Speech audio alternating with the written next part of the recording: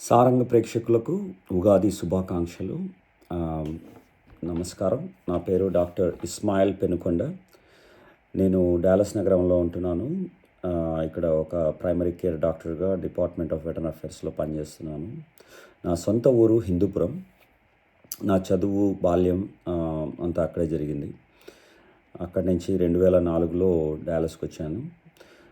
కాకపోతే ఇప్పుడు ఈరోజు నా చదువు గురించి కన్నా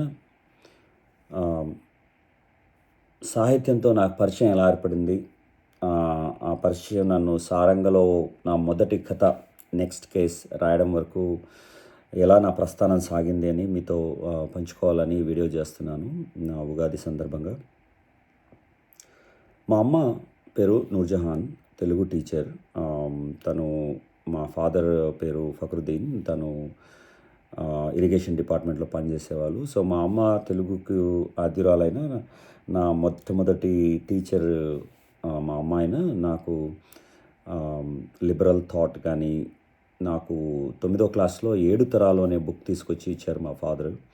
సో అది ఒక గేమ్ చేంజింగ్ ఈవెంట్ అనమాట నా చదువులో. ఎందుకంటే అప్పటి వరకు నేను ముఖ్యంగా 'ఎండమూరి' నవల్ కానీ, ఇక్కడ కూడా ఉంది నా మోస్ట్ ఫేవరెట్ నవల 'ఆనందో బ్రహ్మ'. సో ఆ 'ఎండమూరి' నవలన్నీ చదువుకుంటూ బాలమిత్రులు, చందమామలు, బాలమిత్రులు, బుజ్జాయిలు అందరిలాగే సమ్మర్లో అన్నీ చదువుతూ తర్వాత అక్కడి నుంచి మనం 'రుద్రనేత్ర', 'ఆనందో బ్రహ్మ' ఇలా 'ఎండమూరి' నవల వరకు వచ్చాను. వచ్చిన తర్వాత మొట్టమొదటిసారి సీరియస్గా చదివింది ఆ 7 తరాలు అనే పుస్తకం మా డాడీ వల్ల. తర్వాత నేను నెల్లూరులో ఎంసెట్ కోచింగ్ తీసుకుంటున్నప్పుడు డాక్టర్ సామాన్య కిరణ్ అని మీ అందరికీ పరిచయం ఉండదు, ప్రసిద్ధ కథా రచయిత్రి. తను అప్పుడు నేను సీనియర్గా ఉన్నప్పుడు మా సిస్టర్ క్లాస్మేట్ తను. సో తను మొట్టమొదటిసారి చలం గీతాంజలి అనువాదాన్ని పుస్తకాన్ని నాకు బహుమతిగా ఇచ్చింది. దాని తర్వాత ఇంకా మొత్తం చలం సాహిత్యం అంతా చదవడం మొదలుపెట్టాను. తర్వాత చలం దాంట్లో నాకు చాలా ఇష్టమైన పుస్తకం 'ప్రేమలేఖలు' మరి 'మ్యూజింగ్స్'. సో ఇదంతా ఒకవైపు సాగుతూ ఉండగా ప్రతి పుస్తకాన్ని చిన్నప్పటి నుంచి నాకు చదవడం చాలా అలవాటైనా కూడా సీరియస్ సాహిత్యం వైపు మళ్ళింది మాత్రం అప్పటి నుంచి.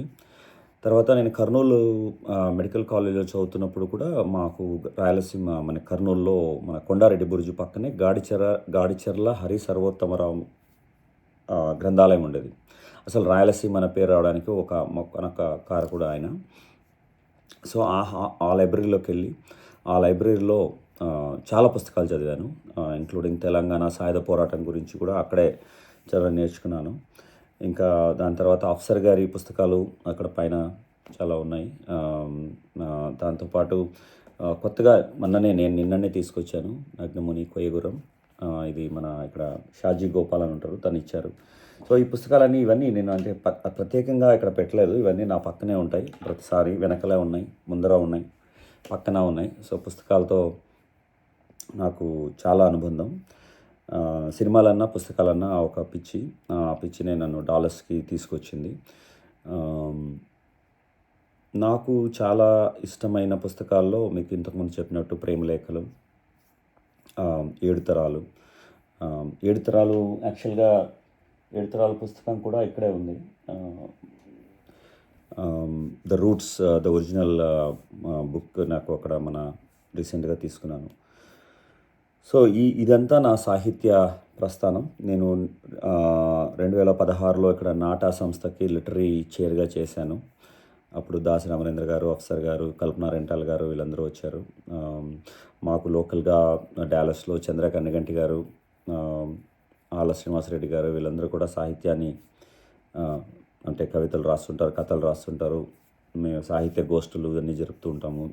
నెల తెలుగు వెన్నెల అని మన డాలస్లోని టాంటెక్స్ అంటే Telugu association of north Texas వాళ్ళు ఎన్నో వారాలుగా, కొన్ని వందల వారాలుగా అది నిర్విఘ్నంగా ఆ కార్యక్రమం కూడా ఎప్పుడు ఎవరో ఒక రచయితను తీసుకొచ్చి తనతో మాట్లాడించడం ప్రతి 3వ ఆదివారం చేస్తుంటారు.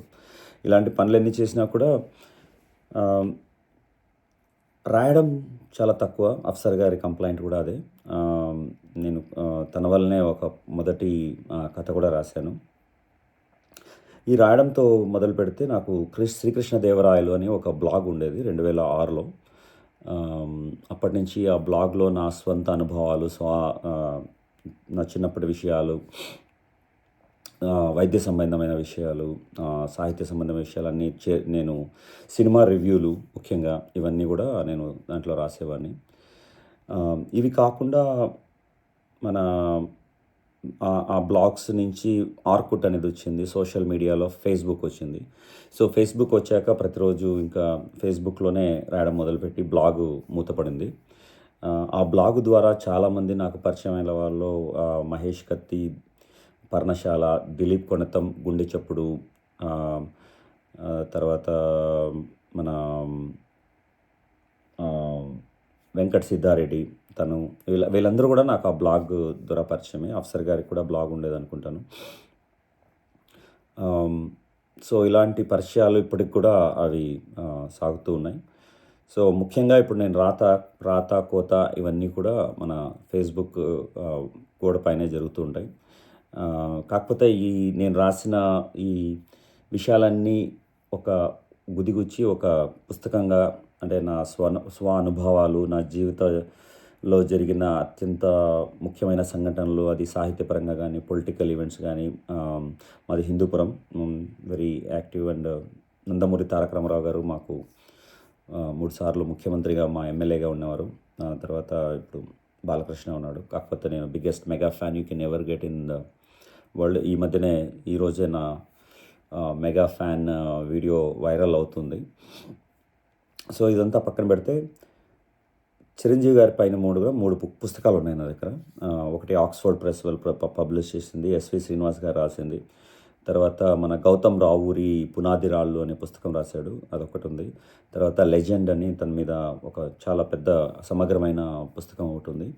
ఈ 3 పుస్తకాలు కూడా నాకు చాలా ఇష్టమైన పుస్తకాలు, because Chiranjeevi is in it obviously. So Gautam Ravuri రాసిన పునాది రాళ్ళ వల్లనే నాకు ఇక్కడ మా ఈవెంట్కి వచ్చినప్పుడు మెగాస్టార్ గారితో ఒక ఆటోగ్రాఫ్ కూడా దొరికింది. సో పుస్తకం పవర్ గురించి చెప్తున్నాను. ఇది కాకుండా ఇంగ్లీష్ పుస్తకాల్లో చాలా వరకు ఎప్పుడు చదువుతూ ఉంటాం. ఈరోజే మాకు డాక్టర్ ఆల శ్రీనివాసరెడ్డి గారని ఇక్కడ కార్డియాలజిస్ట్, అందరికీ తెలిసిన ఆయన. సార్ బుక్ క్లబ్ ఒకటి ఏర్పాటు చేయాలని అనుకున్నాము. ఈరోజే దానికి అంకురార్పణ జరిగింది. ముఖ్యంగా తెలుగు పుస్తకాలే కాకుండా ఇంగ్లీష్ పుస్తకాలు ఏదైతే చదువుతామో మన ఎవ్రీ నెల 2 నెలలకు మేము ఇక్కడ డాలస్లో అందరూ కలుసుకొని ఒకసారి ఆ పుస్తకాన్ని చదివి దాని మీద ఒక డిస్కషన్ ఏర్పాటు చేద్దామని అనుకుంటున్నాము. అది ఒకవైపు సాగుతుంది. ఇలా కాకుండా పుస్తకాల నుంచి, నవల నుంచి సినిమాలుగా తీయడం అనేది కూడా ఒక ప్రక్రియ. అది మన మహేష్ కత్తి ఉన్నప్పుడు మన తిలక్ గారి ఊరి చివర ఇల్లుని మేము ఎడారి వర్షం అనే షార్ట్ ఫిలింగా 2007-8 ఆ ప్రాంతంలో తీసాము. దాంట్లో రఘు కుంచే గారు యాక్ట్ చేశారు. తర్వాత ఒక చిన్న దాయి అనే ఒక ఈవెంట్ని తీసుకొని కృతజ్ఞత అనే షార్ట్ ఫిల్మ్ కూడా తీసాము. ఇది సినిమా ప్రస్థానం వైపు మొదటి అడుగులు అనుకోవచ్చు.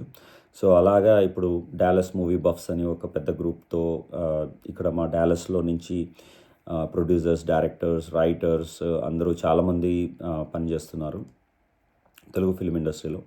అది కాకుండా తెలుగు ఫిల్మ్ ఇండస్ట్రీకి సంబంధించి డాలస్కి ఎవరు వచ్చినా కూడా మేము హోస్ట్ చేసి, రీసెంట్గా సెలబ్రేటెడ్ రైటర్ శ్యామ్ కాసర్ల గారు వచ్చారు. సో వారితో సంభాషణ జరిపి వారితో ఒక చిన్న ఈవెంట్ కూడా చేశాము లోకల్గా. సో ఇలాంటివన్నీ ఎందుకు కుదిరాయంటే అక్షరం అనేది క్షరం కానిది, అక్షరం లేనిది. సో ఆ అక్షరం వల్లనే ఇన్ని లింక్స్ కానీ, ఇంతమంది పరిచయం కానీ అయింది. సో ఇప్పుడు ఆ అక్షరాన్ని నేను మాట ద్వారా మీతో ఈరోజు పంచుకుంటూ, ఈ ఉగాదిన మీతో ఇలా మాట్లాడడానికి అవకాశం ఇచ్చిన సారంగ టీంకి, మరి ముఖ్యంగా డాక్టర్ అఫ్సర్ గారికి, కల్పన రెంటాల్ గారికి నా ధన్యవాదాలు చెప్తూ, మరీ ఇలాంటి వీడియోలు, సినిమా రివ్యూలు కానీ, వైద్య సంబంధమైన వీడియోలు కానీ తొందరలో చేస్తానని మీకు హామీ ఇస్తూ ఇంతటితో విరమిస్తున్నాను. మీ doctor Ismail Penukonda, signing of.